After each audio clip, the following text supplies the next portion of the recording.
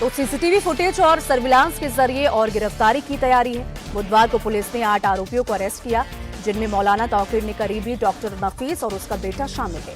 इधर इस मामले में पुलिस ने बड़ा खुलासा करते हुए कहा कि बरेली हिंसा में दूसरे राज्यों से भी उपद्रवी बुलाए गए। पुलिस अब इस एंगल से भी जांच कर रही है कि तौकीर रजा से जुड़े कारोबारियों ने कहीं हिंसा की साजिश के लिए फंडिंग तो नहीं की। प्रशासन ने अब तक हिंसा के आरोपियों की 100 करोड़ की 8 संपत्तियों को जब्त किया है, जिन पर जरूरत पड़ने पर बुलडोजर चलाने की भी तैयारी है। इधर हिंसा मामले में एक्शन के बाद सियासत भी तेज हो गई है।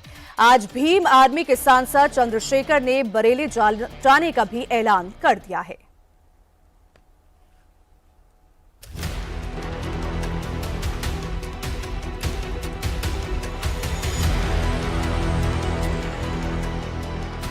यूपी के बरेली में जुमे की नमाज के बाद हुई हिंसा को लेकर अब एनकाउंटर, गिरफ्तारी और बुलडोजर के साथ ही पुलिस का जबरदस्त एक्शन जारी है। बुधवार को बरेली पुलिस ने बड़ी कार्रवाई करते हुए मौलाना तौकीर रजा के संगठन IMC के नेता डॉक्टर नफीस को उसके बेटे फरहान रजा खान के साथ गिरफ्तार कर लिया है। ये दोनों ही मौलाना तौकीर रजा के करीबी माने जाते हैं। इसके साथ ही कुल गिरफ्तार उपद्रवियों की संख्या बढ़कर 81 हो गई है।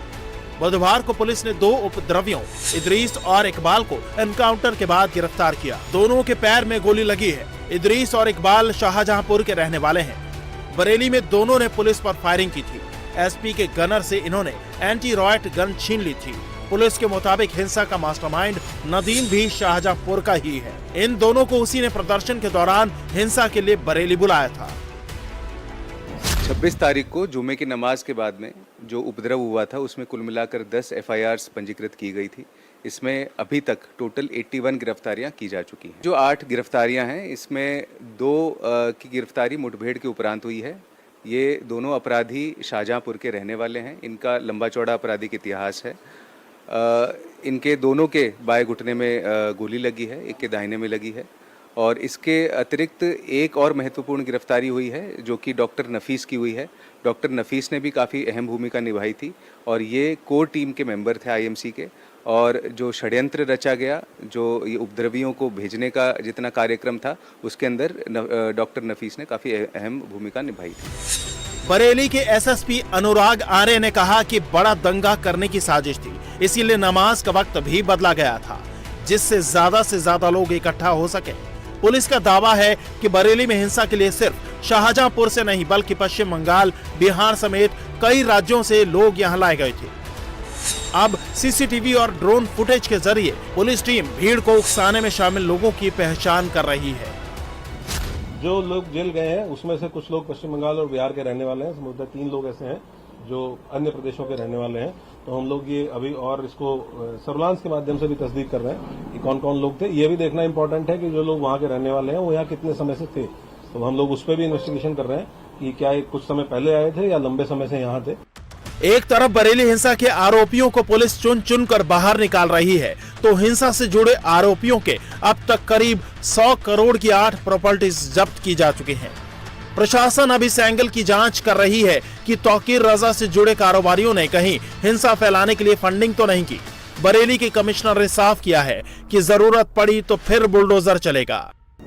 अभी लगभग 8 ऐसे संस्थान हैं जिसकी सीलिंग की कार्रवाई की जा चुकी है।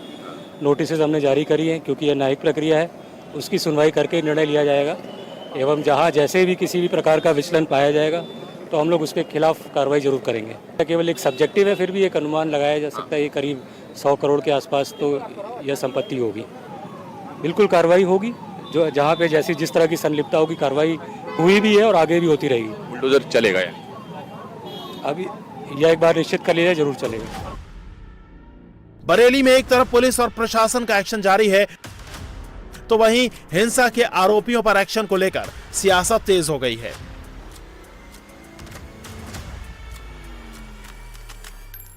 बुधवार को कांग्रेस सांसद इमरान मसूद को पुलिस ने बरेली जाने से रोका, तो आज भीम आर्मी चीफ चंद्रशेखर ने बरेली जाने का ऐलान किया है।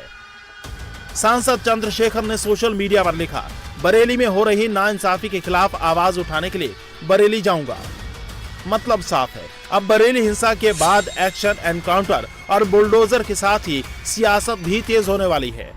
और इसको देखते हुए जिले में प्रशासन ने BNS की धारा 144 और 163 लागू कर दी है।